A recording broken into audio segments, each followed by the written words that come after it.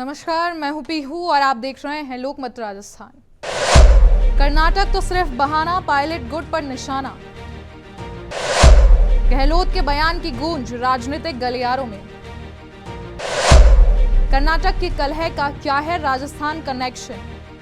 राजस्थान के पूर्व मुख्यमंत्री अशोक गहलोत ने कर्नाटक कांग्रेस में चली खींचतान पर ऐसी टिप्पणी की है जिसने राजस्थान कांग्रेस के पुराने जख्मों को भी कुरेद दिया है। गहलोत ने सीधे तौर पर कहा है कि कई लोग राहुल गांधी के नाम से चला देते हैं कि मुझे मुख्यमंत्री बनने के लिए भेजा गया है। हालांकि ये टिप्पणी कर्नाटक और छत्तीसगढ़ में ढाई साल के मुख्यमंत्री वाली बातों के संदर्भ में थी, लेकिन अब चर्चाएं हैं कि गहलोत का यह तीर कहीं और चला गया है। कांग्रेस नेताओं और कार्यकर्ताओं के बीच में ये आम राय है कि अशोक गहलोत का बयान सिर्फ कर्नाटक या छत्तीसगढ़ के संदर्भ में नहीं था, बल्कि इसके तार सीधे राजस्थान के पुराने राजनीतिक घटनाक्रम से जुड़े हैं। कांग्रेस के नेताओं ने याद दिलाया कि जब सचिन पायलट प्रदेश अध्यक्ष थे तब भी अशोक गहलोत ने सीकर में एक बयान दिया था और उन्होंने कहा था कि कई बार पहली बार पीसीसी चीफ बनने के साथ ही लोग नेता को मुख्यमंत्री बनावा देते हैं और उनके आसपास के लोग नेता के दिमाग में ये बात बिठा देते हैं कि वह आने वाले मुख्यमंत्री है।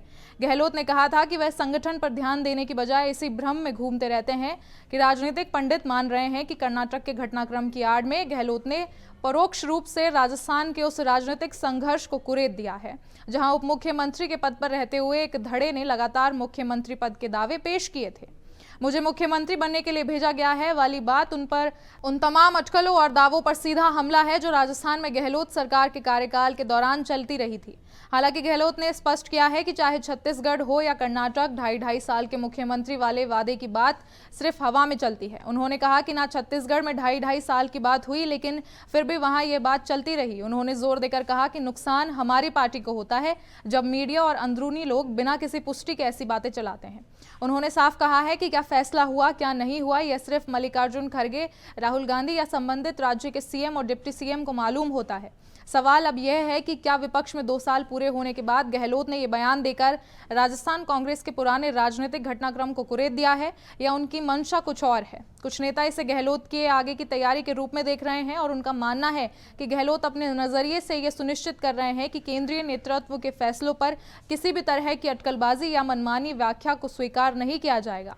कुल मिलाकर गहलोत का ये बयान भले ही कर्नाटक के संदर्भ में दिया गया हो, लेकिन इसकी गूंज जयपुर में सबसे ज्यादा सुनाई दे रही है। इस पर आपकी क्या प्रतिक्रिया है, हमें कमेंट्स में जरूर बताएं और ऐसी और राजनीतिक खबरों और अपडेट्स के लिए बने रहें लोकमत राजस्थान के साथ।